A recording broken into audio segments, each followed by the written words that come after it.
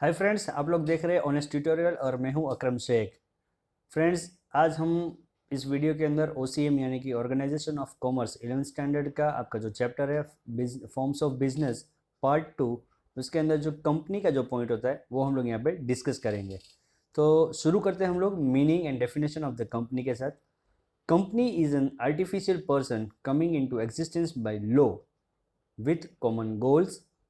यानी कंपनी एक artificial person है, यानी ये कोई जीवित व्यक्ति नहीं है, ये कैसा है, एक आर्टिफिशियल पर्सन है जिससे एक कानूनन तौर के ऊपर इसको एक मंजूरी यानी कि इसको परमिशन मिली हुई है बिजनेस स्टार्ट करने के लिए, और विद कॉमन गोल, और उसका कुछ ऑब्जेक्टिव्स होता है, यानी कुछ उसको जो काम करना है वो हम लोग मेमोरेंडम ऑफ एसोसिएशन के अंदर उसको मेंशन करते हैं। Company is an artificial invisible and intangible person in the eyes of the law. Company जो होता है वो तो आर्टिफिशियल होता है, बराबर। फिर एक इनविजिबल जो दिखती नहीं है, एंड इंटेंजिबल पर्सन है, किसके, कानून के नज़रिए से देखा जाए तो कंपनी जो है वो आर्टिफिशियल, इनविजिबल और इंटेंजिबल पर्सन है। As per the companies act 2013, companies act 2013 के तहत अगर देखा जाए तो कंपनी का मतलब क्या है। Company means company registered under this act और under any former act. Company का मतलब है कंपनी जो रजिस्टर होती है, या तो कंपनीज एक्ट 2013 के एक्ट के मुताबिक अगर वो रजिस्टर हुई है, या फिर उसके पहले का कोई भी एक्ट है उसके अंदर अगर एक्ट के मुताबिक अगर वो रजिस्टर हुई है, उसको बोलते हैं company. This definition makes it clear that A company is a creation of law. यानी इस डेफिनेशन से हमें पता चलता है कि कंपनी जो है वो किससे वजूद में आई है, जो लॉ यानी कि कानून के नज़रिए से और कानूनन तौर के ऊपर इसका एक वजूद बना है। तो इसके कैरेक्टरिस्टिक्स क्या है फ्रेंड्स, जो हमारी कंपनी है, कंपनी के कैरेक्टरिस्टिक्स क्या है वो हम लोग देख लेते हैं यहाँ पे। आज की वीडियो में हम लोग सिर्फ यहाँ पे कंपनी के डेफिनेशन हमने जान ली है और हम लोग कैरेक्टरिस्टिक्स देखेंगे। फिर नेक्स्ट वीडियो के अंदर हम लोग इसके एडवांटेजेस, डिसएडवांटेजेस और वो सब भी हम लोग डिस्कस करेंगे, और टाइप्स ऑफ कंपनीज भी है वो भी हमको डिस्कस करना है। जो प्राइवेट लिमिटेड होती है, लिमिटेड कंपनी क्या होती है और उसके बीच में क्या डिफरेंस होता है, वो हम लोग हमारे नेक्स्ट वीडियो के अंदर हम लोग सब कुछ कवर करेंगे। अगर फ्रेंड्स आप लोग मेरी इस चैनल को फर्स्ट टाइम देख रहे हैं तो मेरी चैनल को सब्सक्राइब करें और इस वीडियो की लिंक भी अपने फ्रेंड्स के साथ शेयर करें, और अगर आपको वीडियो अच्छा लगे तो एक लाइक पे बटन भी आप लोग दबा दीजिएगा। तो कैरेक्टरिस्टिक्स है इसका, सबसे पहले है legal personality. Company gets a separate legal personality with its registration. Company को उसकी एक लीगल पर्सनालिटी मिल जाती है जब वो उसका रजिस्ट्रेशन करवाता है। Company can sue in its own name and can enter into contract and can be sued against the company. अब कंपनी जो है वो उसको एक लीगल आर्टिफिशियल का एक दर्जा मिल चुका है, तो कंपनी कंपनी यानी कि जो उसको आर्टिफिशियल पर्सन का जो दर्जा मिल चुका है, तो वो कंपनी खुद अपने नाम से किसी भी व्यक्ति के ऊपर केस भी कर सकती है, और कोई और पार्टी भी कंपनी के नाम के ऊपर भी केस कर सकता है। इसीलिए बोला can sue in its own name and can enter into contract, और किसी के साथ वो कॉन्ट्रैक्ट भी कर सकती है। एंड कैन बी स्यूड, और उसके ऊपर भी कोई कंपनी के नाम के ऊपर भी कोई केस कर सकता है। क्यों? क्योंकि कंपनी का नाम अब एक रजिस्टर हो चुका है और उसे एक दर्जा मिल चुका है लीगल आर्टिफिशियल पर्सन का, तो इसे एज ए पर्सन हम लोग यहाँ पे इसको कंसीडर करेंगे, और इसी तहत इसके ऊपर केस भी हो सकता है, और ये भी कंपनी के नाम से ही किसी के ऊपर केस भी कर सकता है, इसीलिए इसको बोला है legal personality. Now the second one is the perpetual existence. ये क्या होता है? Company has a separate legal entity by the law. Law के तहत इसको एक अलग ही इसकी एक इमेज बनाई गई है। It is not affected by the circumstances like death, insolvency of the members. A company can be brought to an end only through liquidation procedure। यानी परपेचुअल एग्जिस्टेंस का मतलब ये होता है कि इसको एक कानूनन तौर के ऊपर इसको एक आर्टिफिशियल पर्सन बताया गया है, तो इसकी कभी डेथ नहीं होने वाली है। जो लिविंग पर्सन जो होता है उसकी डेथ होती है, वो मेंबर इंसॉल्वेंट हो सकता है, बराबर है, लेकिन जो कंपनी जो होती है वो कभी भी उसकी डेथ नहीं हो सकती है। तो अगर इसको कंपनी को अगर बंद करना है, a company can be bought to an end only through liquidation process. तो अगर कंपनी को बंद करना है तो उसकी एक लिक्विडेशन की एक प्रोसेस होती है, उसकी प्रक्रिया होती है, उस प्रक्रिया के द्वारा ही कंपनी को बंद किया जा सकता है, यानी कि इसकी कोई डेथ नहीं हो सकती है, इसीलिए इसको बोला है परपेचुअल एक्सिस्टेंस। अब लिक्विडेशन प्रोसीजर यानी जब उसको अगर बंद करना है तो उसकी काफ़ी लंबी प्रोसीजर होती है, वो पूरी प्रोसीजर को फॉलो करना पड़ेगा।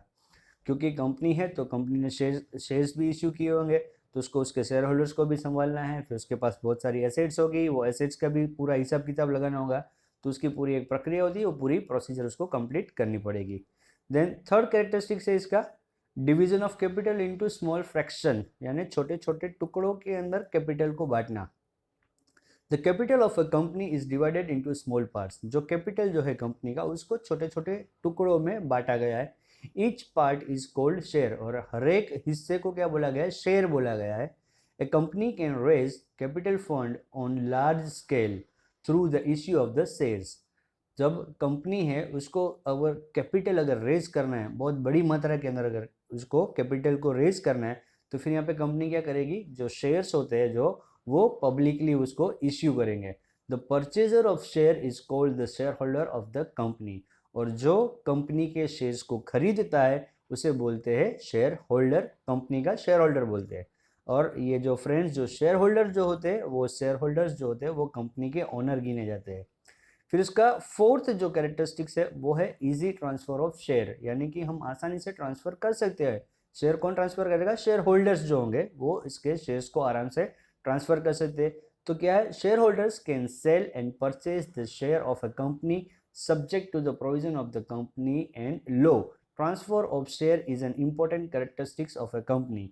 ये बहुत ही महत्वपूर्ण कैरेक्टरिस्टिक्स है कंपनी का कि भाई ट्रांसफर कर सकते हैं, यानी कि एक बार आपने अगर किसी कंपनी का शेयर खरीदे तो अगर आपको बेचना है तो आप उसको बेच सकते हो, अगर आपको किसी कंपनी के शेयर खरीदने हैं तो आप उस कंपनी के शेयर को खरीद भी सकते हैं, बराबर। लेकिन कंपनी के कुछ प्रोविजंस होंगे, यानी कुछ नियम लगाए होंगे, कुछ उसके रूल्स होंगे, वो रूल्स के मुताबिक आपको उसका परचेज एंड सेल्स कर सकते हैं, बराबर। अब क्या होता है कि कई बार कंपनीज जो होती है वो शेयर्स को बेचने के लिए उसके ऊपर कुछ प्रतिबंध भी लगाया होता है। उसके लिए प्रोविजंस होते हैं कि भाई जब तक आप जो शेयर होल्डर है, जब तक कंपनी शेयर की जो पूरी कीमत अगर आप कंपनी को अगर पूरी पेमेंट नहीं कर देते हो पेमेंट, तो तब तक आप उसके शेयर्स को नहीं बेच सकते थे। ऐसे कुछ रूल्स बनाए होंगे, तो वो रूल्स को ध्यान में रखते हुए वो रूल्स के रिलेटेड आप लोग ट्रांसफर कर सकते हैं। इसीलिए इसको बोला है कि ये बहुत ही इंपॉर्टेंट कैरेक्टरिस्टिक्स है शेयर ट्रांसफर करना, क्योंकि कंपनी का जो पूरा जो फंडिंग जो यानी जो उसको जो मेजर जो कैपिटल मिल रहा है वो इश्यू ऑफ शेयर से मिल रहा है, तो उसको शेयर होल्डर्स को तो बहुत ध्यान में रखना पड़ेगा इसको। फिर उसके बाद है common seal. The seal is affixed on the contracts. Seal यानी कि जो स्टैंप लगता है, जो थप्पा लगता है, वो तो जो कोई भी कॉन्ट्रैक्ट करते हैं तो कंपनी का एक थप्पा लगता है, यानी कंपनी का एक उसने सील बनाया होगा, वो सील उसके ऊपर लगाते हैं। तो the seal is affixed on the contracts, share certificate and documents and the day to day transaction of the company to express the consist of the company. तो इससे पता चलेगा कि हाँ ये कंपनी वजूद में है, यानी कि मौजूद है और ये कंपनी चालू है अभी भी, बराबर है। तो ये कौन कौन सी चीज़ों पे स्टैंप लगता है, इसका जो सील लगता है वो कॉमन सील, यानी कि एक ही जैसा लगेगा, अलग अलग डॉक्यूमेंट्स पे अलग अलग प्रकार के सील्स नहीं लगाएगा, एक ही प्रकार का सील लगेगा। और वो सील को किस पे लगाते हैं हम लोग, कोई भी अगर कंपनी के नाम पे अगर कोई एग्रीमेंट या कॉन्ट्रैक्ट करती है, या फिर जब भी शेयर सर्टिफिकेट इश्यू करती है, या फिर और कोई भी डॉक्यूमेंट्स है जो डे टू डे ट्रांजेक्शन्स के हो रहे, तो उसका एक कॉमन सील बना होगा, एक ही प्रकार का स्टैंप बना होगा, वही स्टैंप का हमेशा इस्तेमाल किया जाएगा। फिर मैनेजमेंट है उसका नेक्स्ट कैरेक्टरिस्टिक्स है, as the company is an artificial person the board of directors manage the company subject to the memorandum of association and articles of association. अब कंपनी है वो तो खुद एक आर्टिफिशियल पर्सन है, यानी वो खुद तो सारा मैनेजमेंट नहीं कर सकती, उसका मैनेजमेंट कौन करेगा, कोई भी व्यक्ति करेंगे। तो व्यक्ति कौन होंगे, यहाँ पे जो भी पूरा मैनेजमेंट करते हैं कंपनी का वो होते हैं बोर्ड ऑफ डायरेक्टर्स। तो ये जो बोर्ड ऑफ डायरेक्टर्स जो होते हैं वो पूरा कंपनी का मैनेजमेंट करते हैं, और ये जो मैनेजमेंट जो इनको करना है बोर्ड ऑफ डायरेक्टर्स को, तो वो किस प्रकार से करेंगे, तो जो कंपनी के जो रूल्स है वो किस में मेंशन होते हैं friends, yes articles of association के अंदर पूरे कंपनी के रूल्स मेंशन होंगे। तो वो उस रूल्स के मुताबिक उस रूल्स को फॉलो करते हुए ये पूरा कंपनी का मैनेजमेंट करेंगे।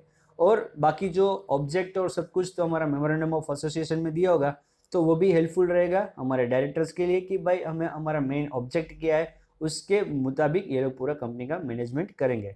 The shareholders elect the representatives among themselves who is called directors. अब ये 11th स्टैंडर्ड का आपका एसपीसीसी है, उसके अंदर भी आप ये कंपनी के बारे में तो सब कुछ जान ही चुके होंगे, मेरा वीडियोस भी मैं इसके बारे में बता चुका हूँ मैं, फिर भी मैं आपको बता देता हूँ। यहाँ पे जो शेयर होल्डर्स जो होते हैं, यानी कंपनी के जो एक्चुअल जो ओनर होते हैं वो कौन होते हैं, शेयर होल्डर्स होते हैं, जिसने हमारी कंपनी के शेयर्स खरीदे। शेयर्स यानी कि जो हमारा कैपिटल के छोटे छोटे हिस्से उसको बोलते हैं शेयर। तो शेयर होल्डर्स होते हैं वो क्या होते हैं, पूरे अलग अलग जगहों पे वो लोग फैले होते हैं, तो पूरा मैनेजमेंट नहीं कर पाते कंपनी का। तो जब वो खुद मैनेजमेंट नहीं कर पाते, फिर वो क्या कहते हैं, अपने रिप्रेजेंटेटिव जो होते हैं ना उसको वो लोग इलेक्ट करते हैं, यानी कि चुनते हैं एज ए डायरेक्टर कंपनी का, यानी कि वो पूरा मैनेजमेंट करने के लिए किसी व्यक्ति को लोग चुनते हैं। As a group directors are known as a board of directors, तो वो एक डायरेक्टर को नहीं चुनते, वो ग्रुप ऑफ डायरेक्टर को चुनते हैं, यानी कि इतने सारे शेयर होल्डर्स होंगे तो वो अलग अलग प्रकार के डायरेक्टर्स को वहाँ पे अपॉइंट करते हैं, और जो पूरा ग्रुप एज ए ग्रुप, यानी सब लोग जो मिलके जो साथ में जो पूरा ग्रुप बन गया डायरेक्टर्स का, उसको बोलते हैं board of directors who manage the company. और ये जो बोर्ड ऑफ डायरेक्टर्स जो होगा वो पूरा कंपनी का संचालन करते हैं। Thus ownership and management are separate. तो यहाँ पे देखा आपने फ्रेंड्स, मैनेजमेंट कौन कर रहा है, डायरेक्टर्स कर रहे हैं, और ओनरशिप किसके पास है, तो ओनर्स होते हैं इसके शेयर होल्डर्स, तो शेयर होल्डर्स और मैनेजमेंट ये दोनों अलग है, यानी ओनरशिप और मैनेजमेंट दोनों सेपरेट है। यहाँ पे ओनर्स होते हैं शेयर होल्डर्स एंड डायरेक्टर्स होते हैं जो शेयर होल्डर्स के रिप्रेजेंटेटिव्स होते हैं, तो ये दोनों सेपरेट एंटिटी है। नाउ अदर कैरेक्टरिस्टिक्स क्या है इसका, status of members, neither a member can enter into contract on behalf of the company nor can a company be liable for the act of the members। क्या बोला है, member है वो कोई भी कॉन्ट्रैक्ट कंपनी के नाम से मेंबर खुद कोई कॉन्ट्रैक्ट नहीं कर सकता है, यानी कंपनी के नाम पे खुद के नाम का कोई भी कॉन्ट्रैक्ट वो बना नहीं सकता है। और इसी तरह से on the behalf of the company nor can a company B liable for the act of the members, और कंपनी भी किसी चीज के लिए जवाबदार नहीं रहेगी अगर कोई मेंबर है, अगर उसने कोई फ्रॉड किया या कुछ किया, बराबर है, तो वो जो व्यक्ति जो कर रहा है, जो मेंबर जो अगर कुछ गलत कर रहा है, बराबर, वो खुद उसके लिए रिस्पॉन्सिबल होगा, उसके लिए कंपनी जवाबदार नहीं होगी। As the management and the ownership are separate and also the company has separate legal entity. जैसे कि आपने देखा कि मैनेजमेंट और ओनर जो होते हैं वो दोनों अलग अलग है, और जो कंपनी है उसको भी एक अलग उसका एक दर्जा मिला हुआ है, बराबर। तो कंपनी अगर उसके मेंबर्स अगर कुछ गलत काम कर रहे हैं या उसने कुछ गलत डिसीजन लिया है तो कंपनी को भुगतना पड़ेगा, डिसीजन की वजह से भुगतना पड़ेगा, लेकिन यहाँ पे मेंबर्स खुद उसके लिए लायबल रहेंगे। But A member can enter into contract with the company. Member जो है वो कॉन्ट्रैक्ट कर सकता है, कंपनी के साथ कॉन्ट्रैक्ट कर सकता है, लेकिन कंपनी के नाम के ऊपर खुद के नाम से कोई कॉन्ट्रैक्ट नहीं कर सकता है। तो ये बहुत ही इंपॉर्टेंट पॉइंट था यहाँ पे इसका, स्टेटस ऑफ मेंबर। अब जो है वो बहुत महत्वपूर्ण पॉइंट ये वाला, number of members. Number of members कितने होने चाहिए एक कंपनी के अंदर। Minimum number of member in private company is 2। अगर प्राइवेट कंपनी अगर कोई अगर एस्टैब्लिश कर रहा है तो उसके अंदर कम से कम 2 मेंबर होने जरूरी है। And maximum number of the member is 200, यानी ज़्यादा से ज़्यादा 200 मेंबर उसके पास होने चाहिए, उससे ज़्यादा नहीं हो सकते एक प्राइवेट लिमिटेड कंपनी के अंदर। But where is in the public limited minimum number of members is 7 while there is no restriction on the maximum number of the members in a public company। यानी अगर public company है तो उसमें minimum कम से कम 7 members उसके अंदर होने चाहिए, और मैक्सिमम की कोई सीमा नहीं है, कोई लिमिट नहीं है, एन नंबर ऑफ मेंबर्स उसके अंदर हो सकते हैं। तो ये हो गया हमारा एक और पॉइंट। अब उसके बाद देखिए आप लोग क्या है इसकी liability of the members. Members की लायबिलिटी, यानी मेंबर्स कौन होंगे फ्रेंड्स, मेंबर्स जो शेयर होल्डर्स होंगे वो उसके मेंबर्स होंगे, या तो फिर जिसने आर्टिकल ऑफ एसोसिएशन और मेमोरेंडम ऑफ एसोसिएशन में जिसने साइन किया है वो उसके मेंबर्स होंगे। तो लायबिलिटी कैसी रहेगी उसकी, तो liability of a members may be limited और अनलिमिटेड। शायद हो सकता है वो लिमिटेड हो, चाहे वो अनलिमिटेड भी हो सकता है। क्यों, क्योंकि liability of the member is limited to the share held by them in case of a company limited by share. अगर कंपनी लिमिटेड बाय शेयर है, लिमिटेड बाय शेयर अगर कंपनी है तो जितनी कीमत की आपके पास शेयर है उतनी आपकी जवाबदारी रहेगी। और दूसरी कंडीशन है companies with unlimited liability are rarely seen in the reality. Unlimited liability वाली कंपनीज बहुत कम देखने को मिलती है, रियलिटी में अगर देखा, हकीकत में देखा जाए तो बहुत कम होती है। Liability of the members is limited और unlimited is stated in the memorandum of association. तो मेमोरेंडम ऑफ एसोसिएशन के अंदर एक क्लोज होता है लायबिलिटी क्लोज, वो लायबिलिटी क्लोज के अंदर बताएगा कि भाई हमारे मेंबर्स की लायबिलिटी किस प्रकार की होगी, लिमिटेड होगी या अनलिमिटेड होगी। तो आपने देखा कि अगर अनलिमिटेड कंपनी, जो अनलिमिटेड लायबिलिटी वाली जो कंपनी होगी उसके मेंबर्स की ही लायबिलिटी अनलिमिटेड होगी, और इस प्रकार की कंपनीज जो होती है बहुत कम देखने को मिलती है। अब नेक्स्ट जो पॉइंट है वो है हमारा फंडामेंटल राइट्स, यानी कि उसका अधिकार। A company gets a separate legal entity by the law, but company is not a citizen of the country। Company को एक दर्जा मिला है, पर लीगल आर्टिफिशियल पर्सन का एक उसको दर्जा मिला हुआ है, लेकिन इसको हम लोग एक सिटीजन यानी कि उसको नागरिक नहीं बना सकते उसको, एक देश का उसको नागरिक के तौर पे हम उसको गिन नहीं सकते। Hence company has no fundamental rights as enjoyed by the citizens. तो ये कोई भी अधिकार, जैसे एक देश का एक नागरिक अपने जो अधिकारों को वो हासिल कर सकता है, इस तरह से कंपनी को कोई भी अधिकार एज ए सिटीजन उसको कोई भी अधिकार नहीं मिल रहा है। नाउ लास्ट पॉइंट है जो कैरेक्टरिस्टिक्स है उसका, क्या है, वोटिंग राइट पर शेयर, यानी कि जिसके पास जितना शेयर हिस्सा होगा बराबर कंपनी के अंदर, उसको उसके मुताबिक उसको वोट करने का अधिकार मिलेगा। Members of the company can cast vote on the basis of the numbers of shares they hold, यानी जो मेंबर है कंपनी के, जो शेयर होल्डर्स होंगे वो मेंबर है, जो मेंबर जो है उनको वोटिंग का अधिकार, उनके पास कितने नंबर ऑफ शेयर्स है उसके मुताबिक उनको वोट डालने का अधिकार मिलेगा। Easy transfer of share and voting per share are special characteristics of the company. अब कंपनी के अंदर अगर शेयर खरीदते हो और फिर अगर आपको कुछ फायदा हो रहा है या आपको अगर पैसों की जरूरत है तो आप जो आपके पास शेयर है उसको बेच सकते हो, तो इसीलिए इसको बोला इजी ट्रांसफर, यानी कि आप उसको किसी और को बेच सकते हो और जिसको बेच दिया वो उसका नया ओनर बन जाएगा। तो जब भी अगर आपको रिक्वायरमेंट है तो आप उसको बेच भी सकते हो, इसीलिए इसको बोला है ये स्पेशल कैरेक्टरिस्टिक्स है। और दूसरा एक वोटिंग पर शेयर, यानी आपके पास जितना हिस्सा है शेयर्स का, यानी आपके पास कंपनी में जितनी अमाउंट के आपके पास है उसके मुताबिक आपको वोटिंग का राइट भी मिल रहा है। तो फ्रेंड्स ये थे सारे कैरेक्टरिस्टिक्स एक कंपनी के जो मैंने अभी आपको बताया वीडियो के अंदर। अगर आपको एक भी पॉइंट के अंदर अगर डाउट है तो आप मुझे कमेंट के जरिए क्वेश्चन पूछ सकते हैं, और अगर वीडियो अच्छा लगा है फ्रेंड्स तो आपके रिव्यूज़ भी मुझे कमेंट के जरिए पूछिएगा। नेक्स्ट वीडियो में मैं आपके लिए लेके आता हूँ advantages and limitations of company, और उसके बाद फिर एक और वीडियो में हम लोग देखेंगे कि क्या होती है टाइप्स ऑफ कंपनीज, कितने प्रकार की है, और प्राइवेट लिमिटेड और पब्लिक लिमिटेड कंपनी के क्या डिफरेंसेस है वो भी हम लोग एक वीडियो के अंदर जरूर देखेंगे। Okay friends, bye bye, take care.